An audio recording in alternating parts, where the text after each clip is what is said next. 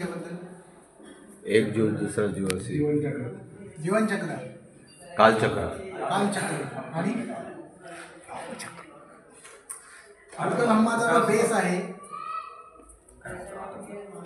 बुद्ध धम्माचा जो बेस आहे, पाया आहे, बुद्ध धम्म ज्या ह्याच्यावरती उभा आहे, ज्या बेसवरती, त्या बेसला काय म्हणतात, ते तत्वज्ञान काय आहे बुद्ध धम्माचं? पंथ कुठलाही असो, पण ते तत्वज्ञान कधीही बदलू शकत नाही. आणि सत्य सत्य तत्वज्ञान म्हणतोय मी. सत्य तत्वज्ञान आहे का? काय प्रतित्य समुत्पाद ऐकलंय का कोणी? किती कडे असतात प्रतित्य समुत्पादाच्या? 12 कडे असतात अनुलोमाच्या आणि 12 कडे असतात प्रतिलोमाच्या. तुमच्यामध्ये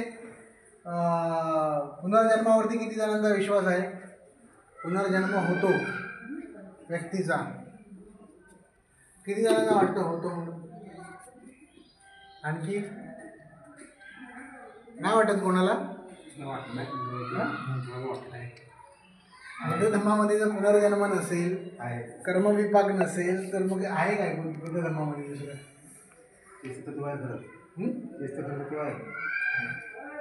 त्याला भवचक्र म्हणतात. थेरवादामध्ये जे प्रतिज्ञ समुत्पाद आपल्याला थेअरी रूपाने किंवा डायग्राम रूपाने जे सांगितलं जातं ना, ते तिबेटन बुद्धिझममध्ये, महायान बुद्धिझममध्ये असं चित्ररूपाने तुम्हाला सहज समजण्यासाठी ते काय केलं जातं, दर्शविलं जातं, तुम्हाला चित्ररूपाने दाखवलं जातं तुम्हाला. आता हे जो वर्तुळ तुम्हाला हा जो दिसतोय, हा भवचक्राचा वर्तुळ आहे. हा भवचक्राच्या वर्तुळामध्ये आणखी किती वर्तुळ दाखवलेत, किती भाग दाखवलेत? 4 दाखवलेत. लेअर किती दाखवलेत? 1, 2, तो 3 आणि मधला 4था. बरोबर. आणि तो वरती तुम्हाला जो राक्षस दाखवलाय ना, त्याचं नाव काय? त्याचं नाव आहे मार किंवा यम. यम माहिती आहे ना? यम तो बुद्धिझममधला यम आहे. तर तो यम आहे, तो काय करत असतो? हे संसार चक्र तुम्हाला तुम्ही जेव्हा तुमच्या हे करत असता, प्रगती होत असते तुमची अध्यात्मामध्ये, तर तो तुमच्या आडवा येत असतो. माहिती आहे ना? बुद्धांना ज्ञानप्राप्तीच्या पूर्वी मार आडवा आला होता. माराच्या 3 कन्या, काय नाव त्यांची? माराच्या 3 कन्यांची नावं काय? रागा, राग, मोह, द्वेष, आरती आणि रती. ह्या 3 कन्या आहेत माराच्या. आता हा तुम्हाला पहिला सर्कल दिसतोय मधला, तो त्या सर्कलमध्ये तुम्हाला एक डुक्कर दाखवलाय, एक पक्षी दाखवलाय आणि सर्प दाखवलाय. दिसतंय? हे तिन्ही कशाचे प्रतीक आहेत? डुक्कर कशाचं प्रतीक आहे? डुक्कर कशाचं? अज्ञानाचं. आणि अज्ञानातून काय निर्माण होतं? पक्षी कशाचं प्रतीक आहे? पक्षी तृष्णेचं. पक्षीला तृष्णेचं, डुकराला अज्ञानाचं प्रतीक का दाखवलंय? कारण तो अज्ञानरूपी चिखलामध्ये लोळत असतो, सतत घाणीतच असतो तो. त्यातून बाहेर येतो का तो डुक्कर? किती त्याला आंघोळ झाला किंवा काय करा नाही. आणि पक्षी हा तृष्णेचं प्रतीक असतो. तुम्ही पक्ष्यांच्या जोड्या पाहिल्या असेल, मोर, लांडोर, यांच्यामध्ये तृष्णेचे प्रतीक म्हणून त्या पक्षाला तिथं डिपिक्ट केलेलं आहे. त्यानंतर सर्प दाखवलंय. सर्प कशाचं प्रतीक आहे? क्रोधाचं प्रतीक आहे. सर्पाला जराही तुमचा पाय लागला किंवा तुम्ही तुझ्या जवळ आलात तर तो क्रोधिष्ठ होतो आणि डंक सुद्धा तुम्हाला मारू शकतो. मग हे 3 ज्या गोष्टी आहेत, यातूनच पुढे आपल्याला भवचक्र समजून घ्यायचे. ह्या मूळ गोष्टी आहेत. या अज्ञानामधून क्रोध आणि द्वेष, क्रोध आणि तृष्णा निर्माण होते. दुसऱ्या वर्तुळामध्ये तुम्हाला काय दाखवले? 2 भाग दाखवले त्या वर्तुळामध्ये. एक भाग काय दाखवतोय तुम्हाला? काही मनुष्य जे असतात ते सकारात्मक कर्म करून काय करत असतात? आध्यात्मिक उन्नती करत असतात. बरोबर ना? आणि दुसरे मनुष्य हे अदानी असतात. ते कधीही दान देत नाहीत. त्यांची वृत्ती संकुचित असते जगाप्रती, लोकांप्रती, नातेवाईकांप्रती, मुलांप्रती. तर ते आपली जी कर्म जी करतात आयुष्यामध्ये, त्या कर्मगतीमुळे ते कसे खालच्या गतीला प्राप्त होत असतात. आणि काही लोक चांगली कर्म करून वरच्या गतीला प्राप्त करत असतात. आता हा जो तिसरा सर्कल तुम्हाला दिसतोय, त्याच्यामध्ये किती भाग आहेत? 6 भाग आहेत. या 6 भागामध्ये पण 3 वेगळे आणि 3 वेगळे दिसत आहेत तुम्हाला. एक भाग दिसतोय तुम्हाला तो उच्चतर जीवनाचा भाग आहे. उच्चतर योनीमध्ये जन्म घेतलेला भाग आहे तो. त्याच्यामध्ये तुम्हाला देवलोक दिसत आहेत. देवलोक कशामध्ये राहत असतात? किती प्रकारचे देवलोक असतात? 6 प्रकारचे देवलोक असतात बुद्धिझममध्ये. मग ते देवलोकामध्ये चांगल्या ठिकाणी वास करत असतात. त्याच्यानंतर असतात असुर. असुर काय आहेत? असुर डेमिगॉड्स आहेत. डेमिगॉड्स त्यांच्यामध्ये युद्ध वगैरे पण होतात त्या असुरांमध्ये. त्यांना राक्षस ॲक्च्युली नाही म्हणतात, डेमिगॉड्स म्हणतात त्यांना आपल्यामध्ये, असुर. आणि जो तिसरा जो आहे तो कोण आहे? मनुष्य. मनुष्य योनी आहे. तिसरी जी ही योनी दिसते तुम्हाला ही मनुष्य योनी आहे. बरोबर? मनुष्य योनीमध्ये तुम्ही जेव्हा जन्म घेता त्याच वेळी तुम्हाला अहर्त्व पद प्राप्त करता येतं, बोधिसत्व पद प्राप्त करता येतं आणि बुद्धत्व प्राप्त करू शकता. म्हणजे तुम्हाला धम्माचरण करण्यासाठी, धम्म प्रॅक्टिस करण्यासाठी मनुष्य योनीमध्ये जन्म घेणं हे आवश्यक असतं, लक्षात ठेवा. आणि मग नंतरच्या ह्या 3 योनी दिसत आहेत तुम्हाला. या 3 योनी काय सांगितल्या तुम्हाला? खालच्या निश्चतर जीवनाच्या योनी सांगितलेल्या आहेत. त्याच्यामध्ये तुम्हाला एक प्राण्यांची योनी दिसते, याला पालीमध्ये तिरच्छना म्हणतात. तिरच्छना योनी म्हणजे काही लोक आपल्या कर्मामुळे प्राण्याच्या ह्याच्यामध्ये जन्म घेतात. जसं तुम्ही आता पाहिलं असेल की या विहारामध्ये, कुठल्याही विहारात काही कुत्रे मांजरं तिथं असतात, स्थायिक असतात. त्यांनी काहीतरी शील पालनामध्ये कसूर केलेला असतो त्यांच्या पूर्वीच्या ह्याच्यामध्ये, त्यामुळे त्यांना असं आयुष्य मिळालेलं असतं तिरच्छना योनीमध्ये.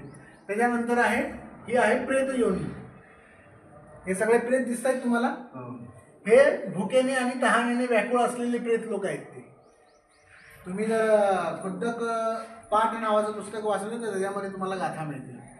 आणि त्याच्यानंतर ही आहे निरक योनी. नरक योनी त्याला पालीमध्ये निरय योनी म्हणतात. काही लोक आपल्या कर्मामुळे, अशुभ कर्मामुळे अशी नरक यातना भोगत असतात. तर ते नरक यातना कशा भोगतात ते त्याच्यामध्ये दाखवले. हे 3 लेअर तुम्ही पाहिले जीवनचक्राचे, भवचक्राचे. आता हा जो 4था लेअर तुम्हाला दिसतोय त्याच्यामध्ये किती भाग दाखवले त्यांनी? कड्या, 12 कड्या दाखवल्या. 12 प्रतिज्ञ समुत्पादाच्या 12 कड्या माहिती आहेत तुम्हाला सर्वांना. पहिलं काय येतं प्रतिज्ञ समुत्पादामध्ये? अविद्या. म्हणून अविद्याचं एक चित्र त्यांनी काय दाखवलंय?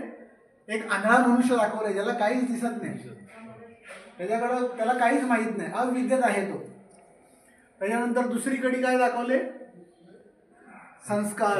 म्हणून संस्कार म्हणजे काय असतात की आपल्यावरती जे संसारामध्ये जे संस्कार घडत असतात वर्षानुवर्ष, हजारो वर्ष, लाखो वर्ष, तर त्याचं एक हे प्रतीक म्हणून म्हणजे ते चित्र समजण्यासाठी कुंभार दाखवलंय. तो कुंभार मडकं घडवतो.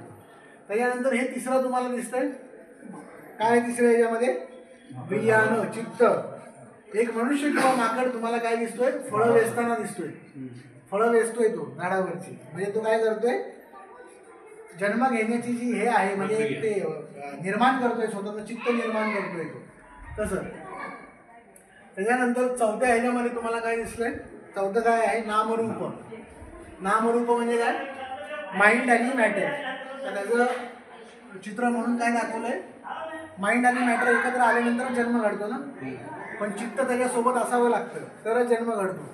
मग इथे एक स्त्री आणि पुरुष बोटीतून प्रवास करतायत असं नामरूपाचं उदाहरण दाखवलेलं आहे. त्याच्यानंतर 5व्या ह्याच्यामध्ये येतं सळायतन. सळायतन म्हणजे काय?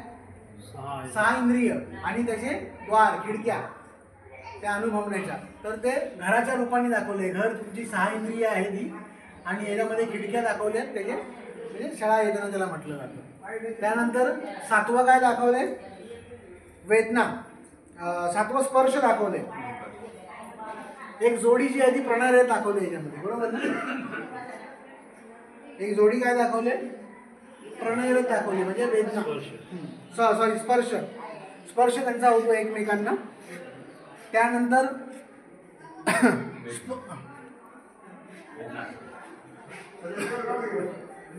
आहे वेदना. या वेदनेमध्ये एका मनुष्याच्या डोळ्यामध्ये बाण घुसलेलं आहे, वेदनारूपी बाण आहे. त्याच्यानंतर आहे तृष्णा. तृष्णेमध्ये तुम्हाला काय दाखवतंय? एक व्यक्ती तृष्णामयी पेय प्राशन करत आहे. म्हणजे आपल्यामध्ये जे काही तृष्णा आहे ते आपण सतत घेतच राहतो ना. तृष्णा, जमिनीची तृष्णा, पैशाची तृष्णा, ह्याची तृष्णा. मग ते चित्र कसं दाखवलं? एक पेय, तृष्णारूपी पेय पियत आहे तो. त्याच्यानंतर आहे काय? उपादान, एक मनुष्य आणि माकड काय करतंय, फळं वेचतोय. म्हणजे भौतिक जीवन, आपण भौतिक जीवनामध्ये सगळं वेचतच असतो ना तसं. आणि तिकडे जे दाखवलं ना माकड ते ग्रहण करते, खाता येते. म्हणजे ती एक स्टोरी आली होती माहिती ना, आदामानी फळ खाल्लं आणि मग त्याला मनुष्य निर्माण कसं करायचं याचं अक्कल सुचली, ते चित्र येते. त्याच्यानंतर तिथे बघा त्या ह्याच्यामध्ये काय दाखवलं आहे, भव. त्याच्यामध्ये प्रणय क्रीडेमध्ये एक व्यक्ती रथ आहे ना, आणि नवीन जीवाचा त्याच्यामुळे जन्म घडतो, बरोबर ना. त्याच्यानंतर आहे जाती. वरती बघा एक महिला एका ह्याला जन्म देत आहे, बालकाला, प्रसव त्याला म्हणतात. हां, आणि मग त्याच्यानंतर आहे जरामरण, वयोवृद्ध व्यक्ती आणि एक मृत व्यक्ती त्याच्यामध्ये दाखवलं आहे. म्हणजे ह्याच जीवनाचं हे सत्य आहे. जीवन कशा प्रकारे आपलं चालू आहे, आपले जन्म का घडत आहे, अज्ञानामुळे जन्म घडत आहेत ना आपले. अज्ञानामुळे काय होतं, अज्ञानामुळे काय होतं, अविद्येमुळे, अविद्यापश्चाया संखारा, संखारानंतर विज्ञान, विज्ञाननंतर नामरूप उत्पन्न होतं, नामरूप नंतर हे सळा येतं, सळा येतं नंतर स्पर्श, स्पर्शानंतर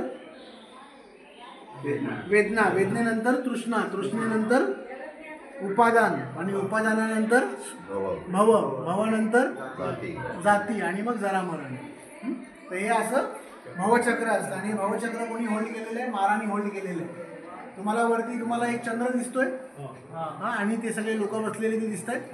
ते काय आहे माहिती आहे, ती चांगली जागा जी आहे ती निर्वाण, निर्वाण लोक प्राप्त झालेले आहे, त्यांना निर्वाण प्राप्त झालेलं आहे. त्यामुळे तशी ती निर्वाण रूपी चंद्र येतो.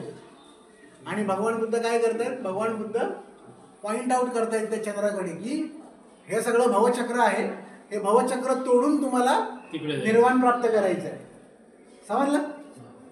हां, आपला व्हिडिओ पण काढलाय, तो पाहिजे तर बघत राहतो. याचा एक चांगला क्लिअर फोटो काढला चला.